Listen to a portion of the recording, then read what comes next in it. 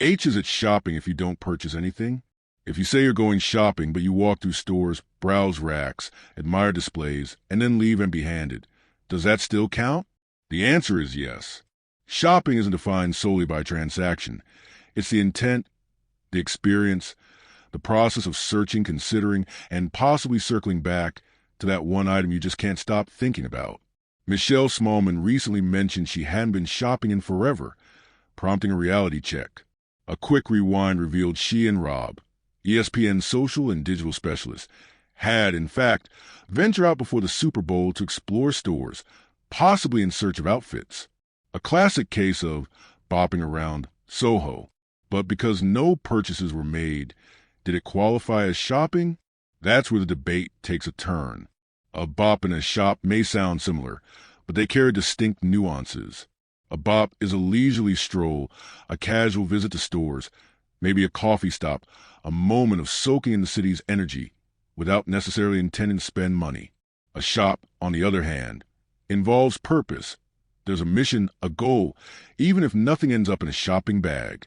In Vegas, bopping around means food, a movie, or simply hanging out at the park. The definition flexes based on location, intention, and culture.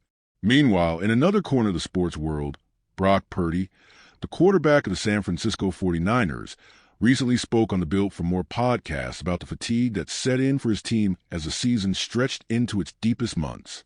The NFL grind is relentless.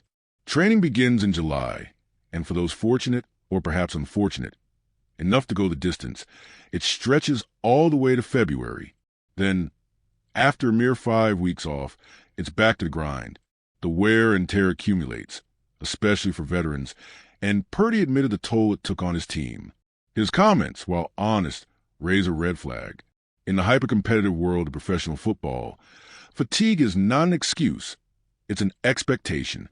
The Kansas City Chiefs, who have played more games than any other team in recent years, never voice complaints about exhaustion. They simply show up, season after season, poised to contend for another championship. Sustained success is a gold standard in the NFL, and organizations must prepare for the marathon, not just a sprint. Purdy's remarks echo a sentiment that's true, but should never be spoken aloud by the face of a franchise.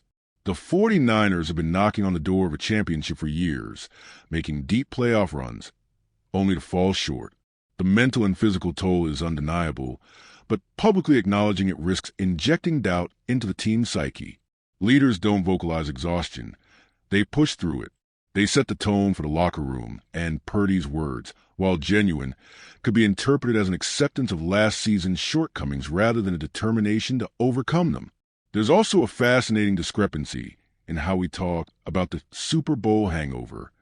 It's always applied to the losing team, never the winners.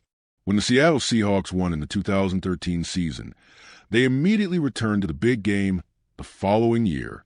The Chiefs have become perennial contenders, brushing aside the notion that an extended season breeds fatigue. But for the teams that fall short, the narrative shifts. The weight of losing, the mental strain, the lingering what-ifs seem to compound. In a literal sense, a hangover isn't any different whether the night before was legendary or lackluster. The headache, the fatigue, it's all the same. But the difference? The story you have to tell. If you won a championship, the pain fades into background, replaced by memories of victory. If you lost, all that's left is regret. For the 49ers, the defining moments are ones they'd rather forget. Missed opportunities, heartbreaking defeats, the lingering sense of being so close yet so far. And that's what makes this a crucial moment for San Francisco.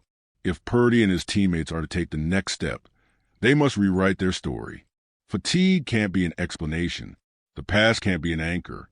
They have the talent, the experience, and the coaching to contend, but they must embrace the grind, not lament it, because in the end, just like with shopping, intent matters. The 49ers have been browsing for years, coming close, eyeing that ultimate prize, but never sealing the deal.